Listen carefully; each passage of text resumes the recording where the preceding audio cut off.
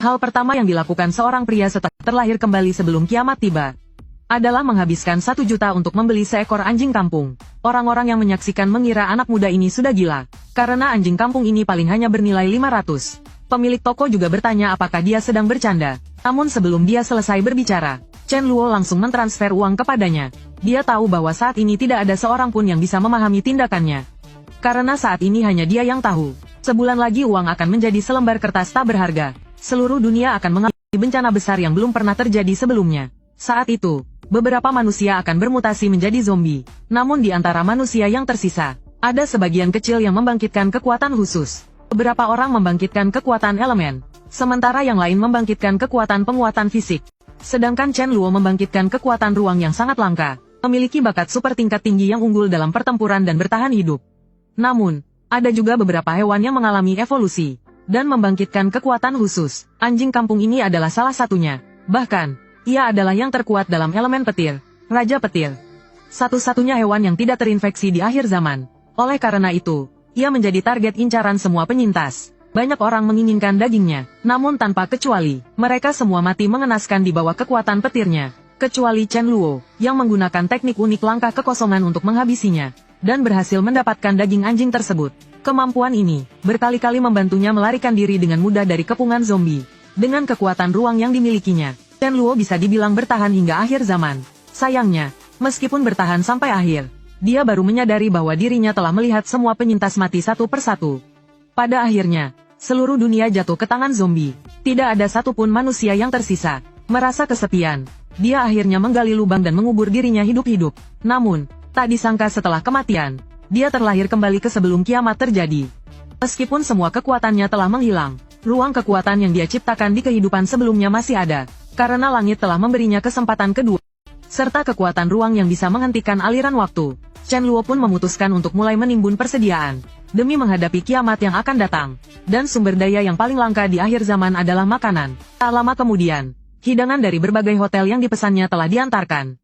Saat ini, mereka sedang mengecek daftar pengiriman bersamanya. Tuan Chen, hidangan yang Anda pesan, termasuk kambing kukus, cakar beruang kukus, ekor rusa kukus, bebek panggang, ayam muda panggang, angsa panggang, babi rebus, bebek rebus, ayam bumbu, daging asap, masing-masing sebanyak 500 porsi. Semuanya sudah dipindahkan ke gudang sesuai permintaan Anda.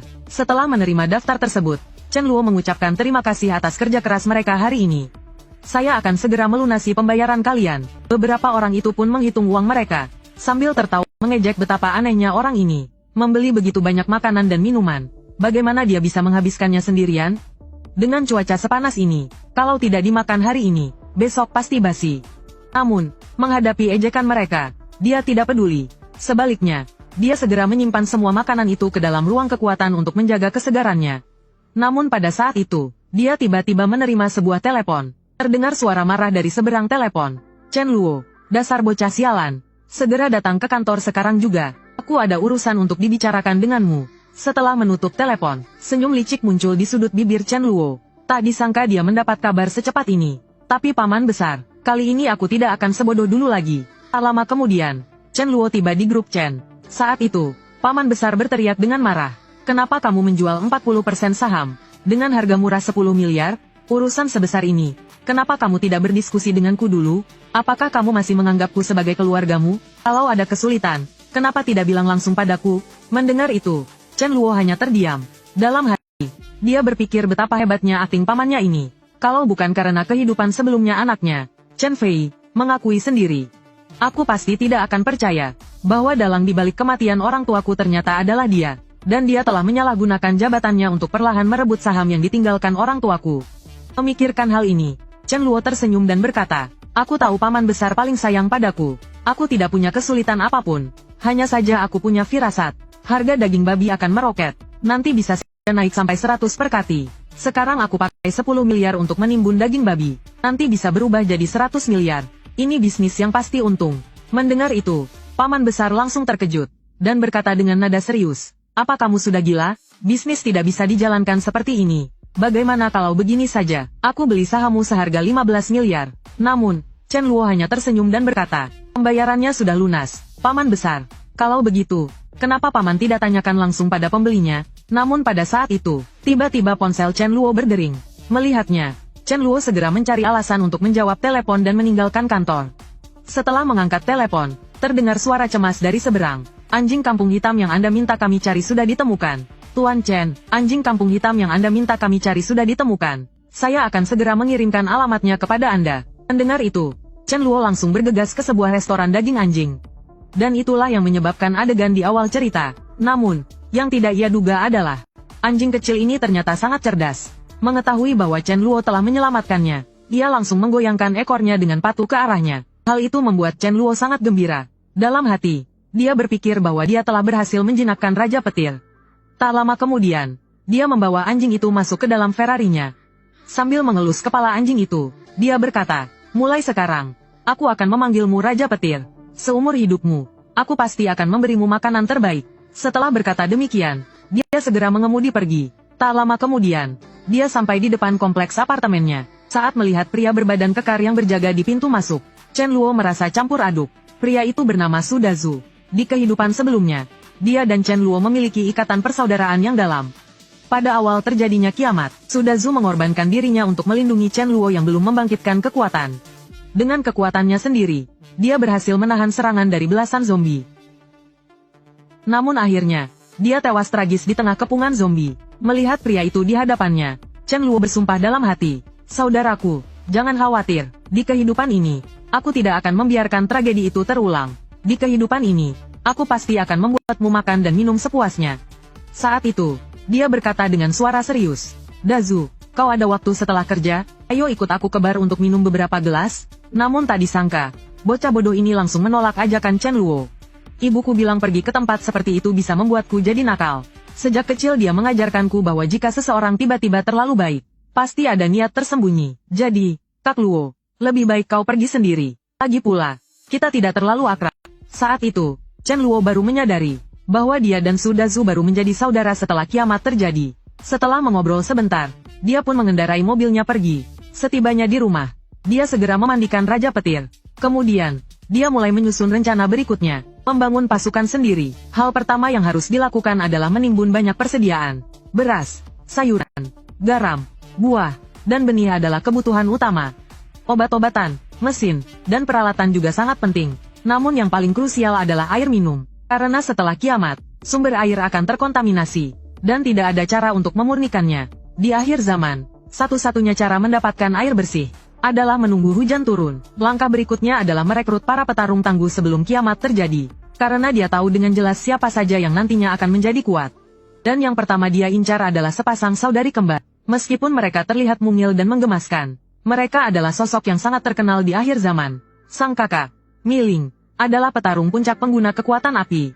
Orang-orang memberinya julukan Mawar Berdarah, Sang Ratu Api. Sementara adiknya, Mili, bahkan lebih luar biasa. Dia adalah pengguna kekuatan cahaya yang sangat langka. Meskipun kekuatannya dalam pertempuran hampir nol, namun dia memiliki kemampuan pendukung dan penyembuhan yang sangat kuat.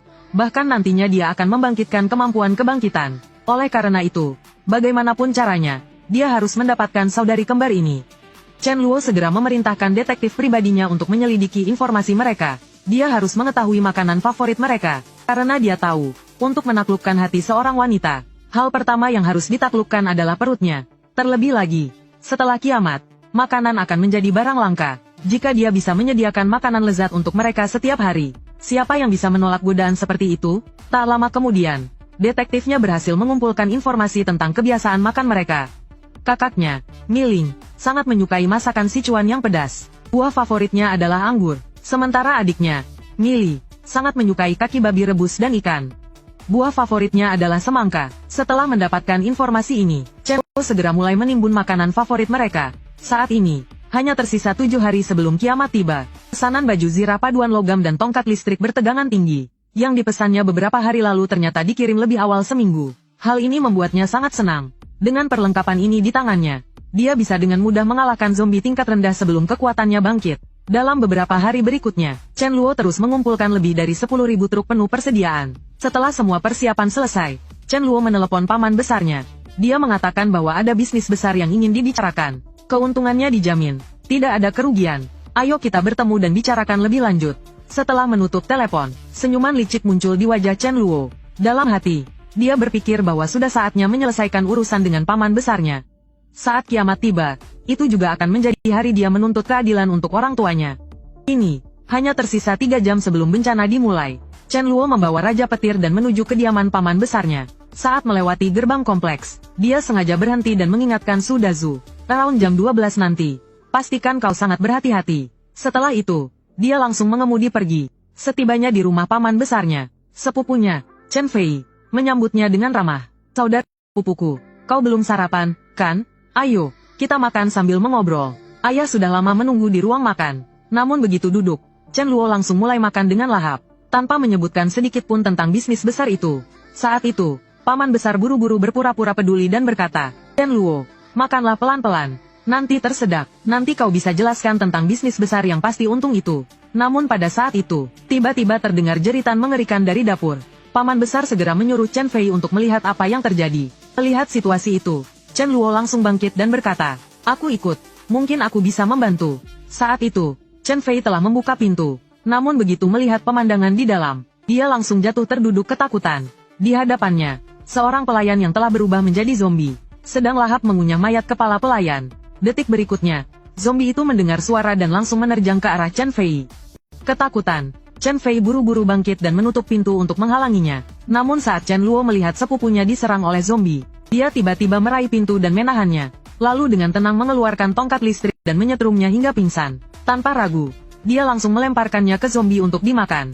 Melihat kejadian itu, Chen Jianan langsung terkejut dan ketakutan. Dia berteriak, Chen Luo, dasar iblis, hari ini aku akan membunuhmu. Namun, sebelum dia selesai berbicara, Chen Luo langsung menyetrumnya dengan tongkat listrik hingga jatuh terkapar di lantai. Saat itu, Chen Fei yang sedang dicabik oleh zombie, sedang memohon dengan putus asa agar Chen Luo menyelamatkannya. Namun, bukan hanya tidak menolongnya, Chen Luo justru menendang tangan Chen Fei yang berusaha menggapainya. Melihat sepupunya yang tubuhnya dicabik-cabik zombie hingga berlumuran darah, Chen Luo justru menyeringai dan berkata, adegan menyentuh seperti ini tidak boleh tanpa penonton. Setelah berkata demikian, Chen Luo menyetrum Chen Jianan yang tergeletak di samping. Lalu berteriak, paman besar, jangan tidur. Bangun dan lihat anakmu untuk terakhir kalinya. Melihat Chen Fei yang telah dicabik zombie hingga tak berbentuk, Chen Jianan merasakan kepedihan yang luar biasa. Dia segera berlutut dan memohon kepada Chen Luo, tolong selamatkan sepupumu, Chen Fei. Masalah penyitaan harta keluargamu tidak ada hubungannya dengan dia. Itu semua adalah perbuatanku sendiri. Mendengar itu, Chen Luo hanya mendengus dingin. Lalu, apakah kau tidak pernah melakukan hal lain yang mengkhianatiku? Begitu kata-kata ini keluar, Chen Jianan langsung terdiam di tempat. Dalam hati, dia panik. Jangan-jangan dia juga tahu tentang hal itu?